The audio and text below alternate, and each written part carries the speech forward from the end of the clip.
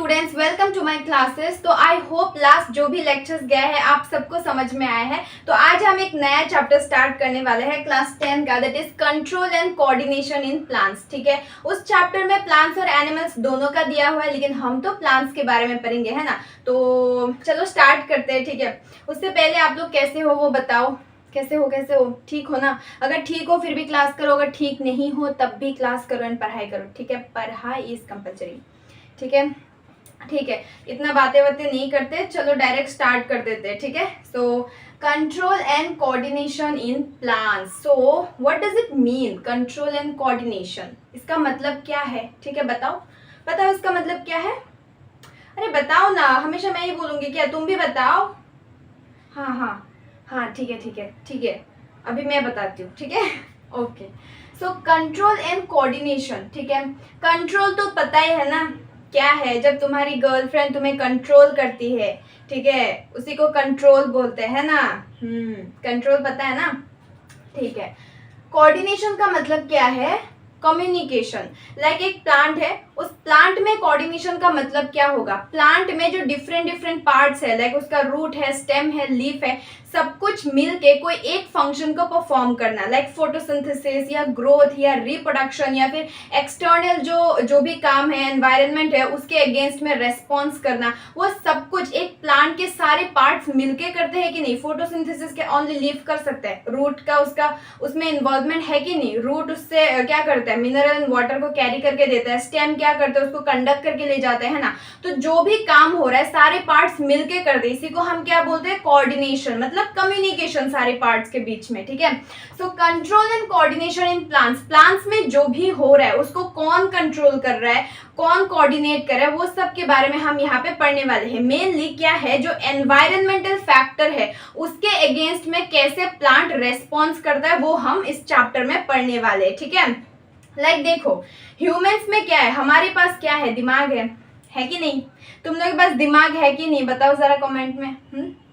ठीक है, ह्यूमंस के पास क्या है? ब्रेन है, उसका नर्वस सिस्टम है ना। एनिमल्स के पास ब्रेन है, नर्वस सिस्टम है। तो एक एनिमल में जो भी काम हो रहा है, क्या होना होगा, क्या नहीं होना होगा, सब कुछ ब्रेन या उसका नर्वस सिस्टम जो है वो कंट्रोल करता है। ठीक है, लेकिन प्लांट में तो ब्रेन नहीं है, तो प्लांट में कौन कंट्रोल करेगा? कुछ हार्मोन्स कंट्रोल करेंगे। ठीक है, तो वही सब चीजें है कि प्लांट में जो भी चीजें हो रहा है उसको जो मतलब मेंटेन करके रख रहा है, उसी के बारे में हम पढ़ने वाले हैं control and coordination in plants chapter में। ठीक है, तो चैप्टर स्टार्ट करने से पहले आप लोगों को 4 वर्ड का मतलब पता होना चाहिए। ठीक है, stimuli, receptor, effector and response. What does it mean? ये क्या बोल रहा है? ठीक है, स्टिमुलाई क्या है? मान लो तुम क्लास में गए, ठीक है, तुम्हारे टीचर ने होमवर्क दिया और तुमने नहीं किया, तो टीचर ने तुमको बुलाया, बेटा इधर आओ, और जोर से एक थप्पड़ मार दिया। क्या होगा? तुम्हें वो थप्पड़ लगेगी? तुम्हें पेन फील होगा? कैसे होगा? लेट मी टेल यू, थप्पड़ का एग्जाम्पल लेके बोलती हूँ। ठीक है, थप्पड़, हाँ, तुम्हारे टीचर ने तुम्हें थप्पड़ मारा, ठीक है, ऐसे थप्पड़ मारा और तुम ऐसे आ गए। ठीक है, ये जो तुम्हारे टीचर का ये हाथ है, हाथ जब गाल पे पड़ा तभी गाल ने रिएक्ट किया, है ना। तो ये जो हाथ है ये तुम्हारे गाल के लिए क्या है? ये स्टिमुलाई है। ठीक है, तो जब थप्पड़ पड़ा तब तुम्हें पेन फील हुआ। वो पेन क्यों फील हुआ? जब थप्पड़ पड़ा वो तुम्हारे गाल पे कुछ रिसेप्टर्स प्रेजेंट होते हैं। ठीक है, वो रिसेप्टर ने उस थप्पड़ को एक्सेप्ट किया, ठीक है, और फिर तुरंत ब्रेन में सिग्नल भेजा कि अभी पेन फील होना है। ठीक है, ब्रेन में सिग्नल भेजा कि ये थप्पड़ है, इसको रिकॉग्नाइज किया। ठीक है, पेन फील होना नहीं। फिर ब्रेन ने क्या किया? इफेक्टर को मैसेज भेजा कि अभी पेन फील होना है। ठीक है, तो फिर इफेक्टर को पता चला कि ये थप्पड़ है, अभी पेन फील होना होगा, और फिर तुम्हारे नेक में क्या होगा? कुछ मसल्स होंगे जो ऐसे ऐसे आ जाएंगे, मतलब तुमने रेस्पॉन्स किया। समझ में आया? लाइक टीचर का हाथ क्या है? स्टिमुलाई है, तुम्हारे गाल में रिसेप्टर्स प्रेजेंट है, उस रिसेप्टर ने उस थप्पड़ को एक्सेप्ट किया, ब्रेन में सिग्नल भेजा कि ये थप्पड़ आया है, फिर ब्रेन ने इफेक्टर पे मैसेज भेजा कि क्या है? अभी पेन फील होना है। पेन फील हुआ, फिर तुमने ऐसे रेस्पॉन्स किया। समझ में आया? स्टिमुलाई, रिसेप्टर, इफेक्टर और रेस्पॉन्स। मेनली इस चैप्टर में यही होगा कि स्टिमुलाई के अगेंस्ट में तुम कैसे रेस्पॉन्स करते हो। ठीक है, ये 4 वर्ड समझ में आ गया? चलो नेक्स्ट पढ़ते हैं अभी। ठीक, अब देखो हमें पता है प्लांट क्या करेगा, स्टिमुलाई के अगेंस्ट में रेस्पॉन्स करेगा, यही तो कोऑर्डिनेशन है प्लांट में, ठीक है। अब प्लांट के लिए स्टिमुलाई क्या क्या हो सकता है, प्लांट के लिए स्टिमुलाई होगा लाइट या फिर टच, ये सब होगा ना। तो अब देखो प्लांट मूवमेंट करेगा, ठीक है, तो मूवमेंट के हिसाब से हम उसका कोऑर्डिनेशन पढ़ते हैं, ठीक है। प्लांट में दो तरह की मूवमेंट होता है, ठीक है, एक होता है ग्रोथ डिपेंडेंट मूवमेंट, एक होता है ग्रोथ इंडिपेंडेंट मूवमेंट। मतलब देखो हम प्लांट मूवमेंट को क्यों रिलेट करें, क्योंकि प्लांट में जब स्टिमुलाई काम करेगा, स्टिमुलाई मतलब कोई लाइट या फिर कोई टच, ठीक है, तो प्लांट क्या करेगा, रेस्पॉन्स के तौर में मूव करेगा, इसीलिए हम मूवमेंट के बारे में पढ़ रहे हैं, ठीक है। तो ग्रोथ डिपेंडेंट जो मूवमेंट है, मतलब ग्रोथ के ऊपर जो मूवमेंट डिपेंड करे उसको हम बोलते हैं ट्रॉफिक मूवमेंट, ठीक है। और जो ग्रोथ के ऊपर डिपेंड नहीं कर रही है उस मूवमेंट को हम बोलते हैं नास्टिक मूवमेंट, ठीक है। तो ये जो ट्रॉफिक मूवमेंट होता है ये स्लो एंड स्टेडी होता है, थोड़ा स्लो होता है, लेकिन ये नास्टिक मूवमेंट थोड़ा फास्ट होता है, ये इरिवर्सिबल होता है। ट्रॉफिक मूवमेंट मतलब एक बार अगर ग्रोथ हो गया फिर से वापस उस पोजीशन में नहीं आ सकते, ठीक है। लाइक तुम्हारा अगर ग्रोथ हुआ है तो तुम फिर से छोटे बच्चे बन सकते हो क्या, नहीं बन सकते ना। तो तुम्हारा ग्रोथ क्या है, इरिवर्सिबल ग्रोथ है ना। काश बन पाते हैं ना, बचपन में ठीक था, है कि नहीं, क्यों बड़े हो गए, ठीक है। चलो नास्टिक मूवमेंट जो है वो रिवर्सिबल है, मतलब वो फिर से पहले के पोजीशन में आ सकता है। ये जो ट्रॉफिक मूवमेंट है ये सेल डिवीजन के ऊपर बेस्ड है, लेकिन ये जो नास्टिक मूवमेंट है ये सेल डिवीजन के ऊपर डिपेंड नहीं करता है, ठीक है। देखो ट्रॉफिक मूवमेंट के कुछ एग्जांपल्स लाइक सीड जर्मिनेशन, ठीक है। सीड जो है, मान लो ये सॉइल है, ठीक है, इसमें सीड है, ठीक है। सीड को क्या करते हैं, सॉइल में डालते हैं ना, तो सीड से क्या निकलता है, रूट निकलता है, रूट नीचे की तरफ निकलता है, शूट ऊपर की तरफ निकलते हैं ना। तो यहाँ पे क्या हो रहा है, ग्रोथ हो रहा है ना, तो ये ग्रोथ के ऊपर डिपेंडेंट हो रहा है। मतलब ये जो सीड है, ये सीड का मूवमेंट हम कब बोलेंगे, जब सीड से शूट निकलेगा, रूट निकलेगा, उनका ग्रोथ होगा, इसीलिए तो ये ग्रोथ डिपेंडेंट है ना, ग्रोथ के ऊपर डिपेंड कर रहे हैं, तभी तो इसका मूवमेंट हो रहा है, ठीक है। टेंड्रिल्स, टेंड्रिल्स का मतलब क्या है, टेंड्रिल समझते हो ना, लाइक जो क्रीपर्स है, ठीक है, लाइक पंपकिन। पंपकिन में क्या होता है, मान लो ये लीफ है, लीफ है, लीफ है, ठीक है। तो यहाँ पे कुछ ऐसा स्ट्रक्चर देखा है तुम लोगों ने, खेत में जाके देखना, इसको हम बोलते हैं टेंड्रिल, ठीक है। तो ये टेंड्रिल क्या करता है, जो क्रीपर्स होता है वो तो मतलब जमीन में वो करते हैं ना, अगर उसका कोई मतलब सपोर्ट सिस्टम मिल गया, मान लो यहाँ पे कोई स्टेम है, स्टेम नहीं कोई स्टिक है, ठीक है, तो ये टेंड्रिल क्या करेगा, इस स्टिक पे अटैच्ड हो जाएगा, ठीक है, अटैच्ड होके यहाँ पे ग्रो करने लग जाएगा, ठीक है। तो इसका जो मूवमेंट है वो भी ग्रोथ के ऊपर डिपेंडेंट है, ठीक है। तो टेंड्रिल मूवमेंट जो है वो भी क्या है, एक ट्रॉफिक मूवमेंट है, ठीक है। अब देखो टेंड्रिल जो है वो यहाँ पे इतना ग्रो नहीं करेगा जितना उस स्टिक को पाके फिर करेगा। ये क्यों करेगा ये मैं बताती हूँ अभी, ठीक है, ठीक है, समझ में आया। जो ग्रोथ डिपेंडेंट मूवमेंट है, कुछ एग्जांपल है सीड जर्मिनेशन या टेंड्रिल का जो ग्रोथ होता है वो क्या होता है, ट्रॉफिक मूवमेंट होता है, ठीक है। अब हम पढ़ते हैं ट्रॉफिक मूवमेंट और नास्टिक मूवमेंट को थोड़ा सा डिटेल में देखते हैं, ठीक है। जीने के है 4 दिन, हो बाकी है बेकार दिन। इन सब गानों के मामलों में मत आओ, जीने के 4 दिन नहीं होते, बहुत दिन होते, ठीक है, पढ़ाई करो, हाँ, ठीक है। चलो अभी पढ़ते हैं ट्रॉफिज्म, ठीक है, मतलब ट्रॉफिक मूवमेंट, उसी को हम क्या बोल रहे हैं, ट्रॉफिज्म।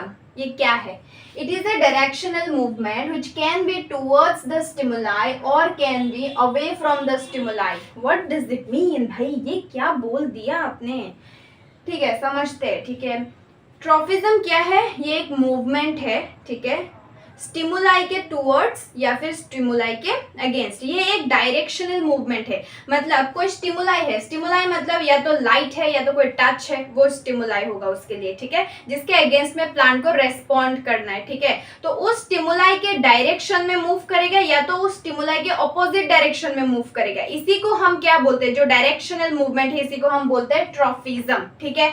अगर स्टिमुलाई के डायरेक्शन में मूव करेगा उसको हम बोलेंगे पॉजिटिव ट्रॉफिज्म, अगर स्टिमुलाई के अगेंस्ट में मूव करेगा उसको हम क्या बोलेंगे, नेगेटिव ट्रॉफिज्म, ठीक है।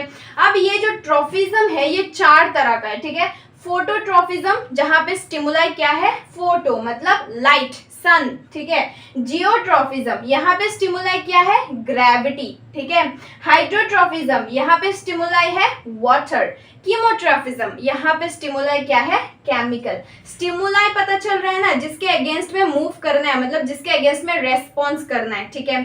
अब देखो एक प्लांट के मदद से हम समझते हैं, ठीक है, क्या है ये ट्रॉफिज्म। मैंने क्या बोला, ये एक डायरेक्शनल मूवमेंट है, या तो स्टिमुलाई के डायरेक्शन में मूव करेगा या तो उसके अगेंस्ट में मूव करेगा, ठीक है। अगर डायरेक्शन में मूव करेगा तो पॉजिटिव होगा, अगेंस्ट में मूव करेगा तो नेगेटिव होगा, ठीक है। मान लो फोटोट्रॉफिज्म, ठीक है, ये एक प्लांट है, ठीक है। प्लांट का ये है रूट और ये है शूट, ठीक है। प्लांट का ये रूट है और ये शूट है, ठीक है, और ये है सन, ठीक है। अब सनलाइट के टूवर्ड्स कौन मूव कर रहा है, प्लांट का शूट सिस्टम मूव कर रहा है, ठीक है। तो ये शूट सिस्टम जो है ये पॉजिटिव फोटोट्रॉफिज्म शो कर रहा है, लेकिन ये जो रूट है ये नीचे की तरफ जा रहा है, तो रूट जो है वो सन के अगेंस्ट में मूव कर रहा है कि नहीं, तो रूट क्या करेगा, नेगेटिव फोटोट्रॉफिज्म शो करेगा, ठीक है। अगर हमने यहाँ पे स्टिमुलाई लाइट को माना, ठीक है। अगर हम स्टिमुलाई ग्रेविटी को माने तब क्या होगा, ग्रेविटी नीचे लगती है ऑलवेज, ठीक है, पता है ना। तो रूट जो है वो नीचे की तरफ जा रहा है, तो रूट क्या करेगा, पॉजिटिव जियोट्रॉफिज्म शो करेगा, लेकिन जो शूट है वो ऊपर जा रहा है ग्रेविटी के अगेंस्ट, तो शूट जो है वो नेगेटिव जियोट्रॉफिज्म शो करेगा। समझ में आ रहा है कि नहीं, आसान है यार। अब देखो हाइड्रोट्रॉफिज्म, ठीक है। हाइड्रो मतलब क्या है, पानी, तो पानी जमीन के नीचे रहता है और रूट जो है वो पानी के खोज में नीचे जाता है, तो रूट जो है वो पानी के डायरेक्शन में ग्रो कर रहा है, ठीक है। तो रूट क्या कर रहा है, पॉजिटिव हाइड्रोट्रॉफिज्म शो कर रहा है, लेकिन जो शूट है ऊपर वाला पोर्शन वो नेगेटिव हाइड्रोट्रॉफिज्म शो कर रहा है, ठीक है। कीमोट्रॉफिज्म का एग्जांपल दो। अब मान लो कोई केमिकल है, उसके डायरेक्शन में जाएगा तो पॉजिटिव होगा, उसके अगेंस्ट जाएगा तो नेगेटिव होगा। अब रूट जो है वो क्या कर रहा है, पॉजिटिव हाइड्रोट्रॉफिज्म शो कर रहा है, पॉजिटिव जियोट्रॉफिज्म शो कर रहा है, लेकिन नेगेटिव क्या कर रहा है, फोटोट्रॉफिज्म शो कर रहा है, ठीक है। लेकिन जो शूट है वो पॉजिटिव फोटोट्रॉफिज्म शो कर रहा है, लेकिन नेगेटिव जियोट्रॉफिज्म और नेगेटिव हाइड्रोट्रॉफिज्म शो कर रहा है। समझ में आ गया ट्रॉफिज्म क्या है और पॉजिटिव नेगेटिव मतलब मैटर समझ में आ गया, ठीक है। अब हम पढ़ते हैं नास्टिक मूवमेंट, ठीक है, ठीक है। चलो अभी पढ़ते हैं नास्टिक मूवमेंट, ठीक है। नास्टिक मूवमेंट क्या है, जो ग्रोथ के ऊपर डिपेंड नहीं करता है, ठीक है। हमने ट्रॉफिज्म देखा, ट्रॉफिक मूवमेंट, वहां पे सब कुछ ग्रोथ के ऊपर डिपेंड कर रहा था, है ना, पॉजिटिव नेगेटिव जो भी हो रहा था ग्रोथ होने के बाद ही तो हो रहा था, और ग्रोथ कब होगा, जब सेल डिवीजन होगा, ठीक है। लेकिन यहाँ पे ऐसा कुछ नहीं है। नास्टिक मूवमेंट में क्या होता है, ये ग्रोथ के ऊपर डिपेंड नहीं करता है, ठीक है। ये बिना ग्रोथ के ऊपर डिपेंड करके ये कैसे स्टिमुलाई के अगेंस्ट में रिस्पॉन्स करता है। देखो नास्टिक मूवमेंट दो तरह का होता है, एक होता है फोटोनास्टिक, एक होता है थीगोनास्टिक। फोटोनास्टिक मतलब यहाँ पे स्टिमुलाई होगा लाइट, और थीगोनास्टिक यहाँ पे स्टिमुलाई होगा टच, ठीक है। एग्जाम्पल मिमोसा पुडिका, जो चुई मुई प्लांट है ना, टच मी नॉट प्लांट, रुको दिखाती हूँ। वो एक पत्ता है ना जिसको छूते ही वो बंद हो जाता है, पहचाना तुम लोगों ने, ये देखो ये वाला प्लांट, एक प्लांट है ना जिसको तुम ऐसे टच कर दो तो तुरंत वो क्या होता है, क्लोज हो जाता है ना, प्लांट के पत्ते जो है वो क्लोज हो जाता है, उसी को बोलते हैं मिमोसा पुडिका। वो क्या करते हैं, थीगोनास्टिक शो करते हैं, मतलब नास्टिक मूवमेंट शो करते हैं। वहां पे कोई ग्रोथ से रिलेटेड कुछ है, उस प्लांट का ग्रोथ से रिलेटेड कुछ भी नहीं है ना, लाइक तुम उसको टच करो और वो तुरंत मूव कर देता है ना, वो तुरंत श्रिंक हो जाता है, तो इसी को हम बोलते हैं नास्टिक मूवमेंट। यहाँ पे कोई ग्रोथ का मतलब कुछ भी कॉन्सेप्ट यहाँ पे नहीं आया, लेकिन एक्चुअली में ये होता क्यों है, इसका रियल कॉन्सेप्ट क्या है कि जब भी तुम उस प्लांट को छूते हो, मतलब उसके लीफ को छूते हो, तो तुम्हारा जो उंगली है या हाथ है, तुम्हारा जो टच है, वो उसके लिए स्टिमुलाई है उस प्लांट के लिए, ठीक है। तो लीफ के जो सेल्स है उसमें रिसेप्टर प्रेजेंट है, तो वो उस तुम्हारे उंगली का जो स्टिमुलाई है उसको एक्सेप्ट करता है, तो फिर वहां पे उस लीफ के सेल्स में क्या होता है, पानी होता है, ठीक है। तो पानी जब होता है तो तुम जब उसको छूते हो तो पानी क्या होता है, ट्रांसपिरेशन के थ्रू बाहर चला जाता है, जिसकी वजह से वो क्लोज हो जाता है, फिर थोड़ी देर बाद देखना फिर से ओपन हो जाता है जब पानी वापस आ जाता है, ठीक है। तो यहाँ पे मेनली ट्रांसपिरेशन का प्रोसेस होता है जिसकी वजह से ये होता है, यहाँ पे ग्रोथ का कोई भी मतलब मैटर नहीं आया है, ठीक है। तो नास्टिक मूवमेंट समझ में आया। ट्रॉफिक मूवमेंट जो ग्रोथ के ऊपर डिपेंड करता है, नास्टिक मूवमेंट जो ग्रोथ के ऊपर डिपेंड नहीं करता है, ठीक है। अब देखो, हमने देख लिया प्लांट में ये कैसे कैसे मूवमेंट होता है, क्या होता है, ठीक है। अब देखो प्लांट में कुछ हार्मोन प्रेजेंट होता है, ठीक है। वो हार्मोन क्या करते हैं, ये सारे एक्टिविटी कराते हैं, ठीक है। अब हम वो पढ़ने वाले, ठीक है। अब देखो प्लांट में जो हार्मोन होते हैं उसको हम प्लांट हार्मोन या फिर फाइटो हार्मोन बोलते हैं, ठीक है। प्लांट में जो हार्मोन होते हैं उसको हम बोलते हैं फाइटो, फोटो नहीं, फोटो मतलब लाइट, फाइटो मतलब प्लांट, ठीक है। फाइटो मतलब प्लांट, फाइटो हार्मोन बोलते हैं, या फिर प्लांट ग्रोथ रेगुलेटर भी बोलते हैं, जो प्लांट की ग्रोथ को रेगुलेट करते हैं, PGR, ठीक है। अब देखो प्लांट के पास 5 हार्मोन होते हैं, जहां से 3 हार्मोन ग्रोथ प्रोमोटर होता है और 2 हार्मोन ग्रोथ इनहिबिटर। मतलब 3 हार्मोन ग्रोथ को प्रमोट करते हैं, ग्रोथ होने देता है, और 2 हार्मोन क्या करते हैं, ग्रोथ को रोक देता है। ऑब्वियसली रोकना पड़ेगा, क्योंकि एक प्लांट में अगर ग्रोथ होता रहेगा तो वो तो एटमॉस्फेयर को क्रॉस कर देगा भाई। एक प्लांट मान लो एकदम बढ़ते बढ़ते बढ़ते बढ़ते दूसरे प्लैनेट के पहुंच गया, ठीक है, तो ऐसा तो नहीं होगा, है ना। तो इनहिबिटर भी होना चाहिए, ठीक है। तो वो 5 हार्मोन के बारे में हम अभी पढ़ते हैं, ठीक है। ठीक है, तो ये 5 हार्मोन प्रेजेंट होते हैं प्लांट में, auxin, gibberellin, cytokinin, ethylene and ABA, that is abscisic acid, ठीक है। ये 5 हार्मोन में ऑक्सिन, जिबरेलिन, साइटोकाइनिन और ABA ये एसिडिक इन नेचर होता है, मतलब इसका pH 7 से कम होता है, ठीक है। लेकिन जो इथाइलिन है वो गैस हार्मोन होता है, ये न्यूट्रल होता है, ये गैस हार्मोन होता है, गैसियस इन नेचर होता है, मतलब गैसियस फॉर्म में रहता है, ठीक है। बाकी सब कुछ मतलब हार्मोन मतलब कुछ और कंपाउंड में रहते हैं, मतलब केमिकल है ना ये सब, लेकिन इथाइलिन जो है वो गैस फॉर्म में रहता है, ठीक है। अब देखो ऑक्सिन जो है हमें पता है 3 क्या है, ग्रोथ प्रोमोटर है, ऑक्सिन, जिबरेलिन और साइटोकाइनिन, ये 3 ग्रोथ प्रोमोटर है। इथाइलिन और ABA ये 2 क्या है, ग्रोथ इनहिबिटर है, ठीक है। अब कौन सा कहाँ प्रेजेंट होता है, देखो जो ऑक्सिन है वो रूट और शूट के टिप में प्रेजेंट होता है, मतलब एपिकल मेरिस्टम, है ना। रूट और शूट के टिप में क्या होता है, एपिकल मेरिस्टम होता है, ठीक है, मेरिस्टेमेटिक टिश्यू। तो एपिकल मेरिस्टम के साथ ये ऑक्सिन रहता है और वो शूट और रूट के टिप को क्या कराता है, बढ़ाता है, ठीक है। तो ये ऑक्सिन जो है वो किसके लिए रेस्पॉन्सिबल है, रूट और शूट के टिप के ग्रोथ के लिए रेस्पॉन्सिबल होता है। ये ऑक्सिन ही उस एपिकल मेरिस्टम के जो सेल्स होते हैं उसको बोलता है, उसको रेगुलेट करता है, मतलब ऑक्सिन उस सेल को एक्टिवेट करता है कि ग्रोथ हो, ठीक है, तभी वो सेल डिवाइड करता है, वो ग्रोथ होता है, ठीक है। एपिकल डोमिनेंस एक वर्ड है यहाँ पे। एपिकल डोमिनेंस क्या है, देखो अगर रूट और शूट के टिप बढ़ता जाएगा, सेल डिवाइड करता जाएगा तो क्या हो जाएगा, ओनली वो जो टिप है, एक प्लांट है मान लो उसका ये टिप है, तो सिर्फ ये टिप बड़ा होता जाएगा, लेकिन जो बाकी पोर्शन है वो उतना ग्रो नहीं कर पाएगा, ठीक है। तो उस टाइम में क्या होता है, दूसरे हार्मोन जाके उसको रोक देता है, इसी को बोलते हैं एपिकल डोमिनेंस। कभी कभी देखना कुछ पेड़ में जो ऊपर वाला पोर्शन होता है ना बहुत लंबा हो जाता है, तो फिर उसको काट देते हैं। काट इसीलिए देते हैं ताकि काट देने के बाद जो खाना है वो पूरे प्लांट में इक्वल डिस्ट्रीब्यूट हो और वो प्लांट अच्छे से ग्रो करे। नहीं तो अगर सिर्फ एपेक्स बढ़ता जाएगा तो ऑब्वियसली वो प्लांट वीक हो जाएगा ना, समझ में आ रहा है। नेक्स्ट इज जिबरेलिन, ये भी ग्रोथ को प्रमोट करता है, ठीक है। और ये क्या करता है, ये इंटरकैलरी मेरिस्टम के पास रहता है, मतलब इंटरकैलरी मेरिस्टम के जो सेल्स है वहां पे जिबरेलिन रहता है। तो इंटरकैलरी मेरिस्टम क्या करता है, जो नोड इंटर नोड है उसको बढ़ाता है, मतलब स्टेम और रूट को इलोंगेट करता है, तो ये इलोंगेशन में काम आता है, ठीक है। साइटोकाइनिन क्या करता है, सेल डिविजन को प्रमोट करता है, ठीक है, सेल डिवाइड करने को बोलता है। इथाइलिन जो है ये ग्रोथ इनहिबिटर है, मतलब ग्रोथ को रोकता है, राइपनिंग का काम करता है, लाइक जो लीफ है या फ्रूट है उसको पका देता है, ठीक है। पकाने के बाद ऑब्वियसली वो गिर जाएगा, है ना, तो उसका ग्रोथ और नहीं हो सकता। कोई भी फल अगर पक गया तो उसको हम तोड़ के खा लेंगे, या कोई पत्ता पक गया, सूख गया तो वो गिर जाता है ना, तो उसका और ग्रोथ नहीं होता है, ठीक है। Abscisic acid that is ABA क्या करता है, ये भी ग्रोथ इनहिबिटर है और ये बैरियर की तरह काम करते हैं। करता क्या है, ये दोनों मिलकर ग्रोथ को रोकता कैसे, मान लो कोई लीफ है, ठीक है, वो लीफ को जितना बड़ा होना था उतना बड़ा हो गया, अब इससे ज्यादा ग्रोथ नहीं हो सकता, तो इथाइलिन क्या करेगा, उस लीफ को पका देगा, मतलब सबसे पहले एब्सिसिक एसिड काम करेगा। मान लो ये लीफ के सेल्स है, ठीक है, तो ये जो लीफ के सेल्स है ये पिटियोल है, ये स्टेम से लीफ जुड़ा है, ठीक है। यहाँ पे एब्सिसिक एसिड ABA एक बैरियर बना देता है, ठीक है। इस बैरियर की वजह से जो फूड है वो यहाँ पे ट्रांसफर नहीं होता। तो फूड अगर ट्रांसफर नहीं होगा तो एनर्जी नहीं मिलेगा, तो ये जो सेल्स है वो मर जाएंगे और मर के फिर ये पत्ता भी क्या हो जाएगा, गिर जाएगा। ऐसे होता है, ठीक है।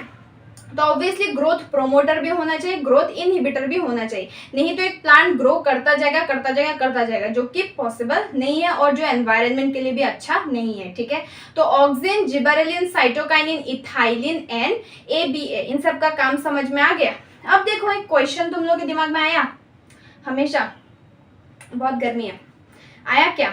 नहीं आया ना, मैं बोलती हूँ। देखो जो एनिमल्स होते हैं, मतलब हम ह्यूमंस, हमारे पास क्या है, ग्लैंड्स है। वो ग्लैंड्स क्या करता है, हार्मोन प्रोड्यूस करता है ना। लेकिन प्लांट के पास तो कोई ग्लैंड नहीं है ना, तो उसका हार्मोन, ये सब सारे जो 5 हार्मोन है वो कहाँ प्रोड्यूस होता है, वो सेल्स में प्रोड्यूस होता है, ठीक है। मान लो जो ऑक्सिन है, फॉर एग्जाम्पल मैं ऑक्सिन का एग्जाम्पल लेके बता रही हूँ। ऑक्सिन कहाँ पे रहता है, एपिकल मेरिस्टम के पास रहता है। तो मेरिस्टमेटिक सेल जो है वो सेल क्या करेगा, उसके अंदर कुछ केमिकल रिएक्शंस होगा। अब ये देखो, ये जो हार्मोन्स है ये कुछ केमिकल्स है, ठीक है। ये ऑक्सिन जो है ये एक केमिकल नहीं है, इसके अंदर बहुत सारे केमिकल्स है, बहुत सारे केमिकल्स का एक ग्रुप है, उसको ऑक्सिन बोलते हैं। बहुत सारे केमिकल्स का एक ग्रुप है जिसको जिबरेलिन बोलते हैं, ठीक है। तो मान लो ऑक्सिन जो है उस मेरिस्टेमेटिक सेल के अंदर बहुत कुछ केमिकल एक्टिविटी हुआ, होने के बाद वो ऑक्सिन प्रोड्यूस हुआ। तो वो ऑक्सिन क्या करेगा, वो मेरिस्टेमेटिक सेल को प्रमोट करेगा ताकि वो ग्रो हो, ठीक है। उसका काम तो ये है ना, तो वो प्रमोट करेगा। लेकिन एक सर्टेन एज तक ये ग्रो कर पाएगा ना, तो फिर जब वो सेल डिफरेंशिएशन का टाइम आ जाएगा, मतलब वो मेरिस्टेमेटिक सेल जब परमानेंट टिश्यू में, परमानेंट सेल में कन्वर्ट होने वाला होगा, हमने टिश्यू चैप्टर में पढ़ा था ना, तो वो डिफरेंशिएशन का टाइम जब आएगा तो वो ऑक्सिन जो है उस सेल से निकल के दूसरे सेल में चला जाएगा। तो ऐसे ऐसे होता रहता है, समझ में आया? ठीक है, तो हमने पढ़ लिया, इतना ही है इस चैप्टर में। एनसीईआरटी पढ़ लेना, एनसीईआरटी में उतना अच्छे से नहीं दिया, मतलब एनसीईआरटी अगर पहले जाके एनसीईआरटी पढ़ लोगे तो ऑब्वियसली समझ में नहीं आएगा, तो लेक्चर देख के फिर एनसीईआरटी पढ़ो तो समझ में आ जाएगा, ठीक है। और अगर एक बार में नहीं आए तो 2 बार देखो, 3 बार देखो, लेकिन लेक्चर देख के फिर एनसीईआरटी पढ़ो, ठीक है। उसके पीछे जो क्वेश्चंस दिया हुआ है वो भी करो, ठीक है। समझ में आया? तो हमने क्या पढ़ा, हमने पढ़ा control and coordination in plants, जहां पे हमने क्या देखा कि प्लांट का जो मूवमेंट है वो 2 तरह का होता है, एक ग्रोथ डिपेंडेंट होता है, ग्रोथ इंडिपेंडेंट होता है। अब प्लांट में जो भी काम है वो कौन कराता है, ये सारे, ये जो 5 हार्मोन हमने पढ़े ये हार्मोन कराता है ना। समझ में आया? जैसे कि ह्यूमंस में क्या होता है, सारे काम कौन कराता है, ब्रेन कराता है, हमारा नर्वस सिस्टम कराता है। कोई भी इंफॉर्मेशन चाहिए सिग्नल भेजता है तुरंत ब्रेन को। वैसे प्लांट में क्या होता है, जो भी काम होना होता है वो क्या करता है, वो हार्मोन क्या करता है, वो काम कराता है, ठीक है। हार्मोन जाके सेल्स को एक्टिव करता है, फिर वो सेल काम करता है, ठीक है। सो आज के लिए इतना ही था। नेक्स्ट लेक्चर जो है वो हम पढ़ते हैं sexual reproduction in flowering plants, वो हम पढ़ेंगे, ठीक है। How do organisms reproduce, sorry उसमें एक टॉपिक है that is sexual reproduction in flowering plants, ठीक है। सो आज के लिए इतना ही था। अच्छे से पढ़ो, एंजॉय करो, खुश रहो और पढ़ाई करते रहो, ठीक है। सो बाय बाय।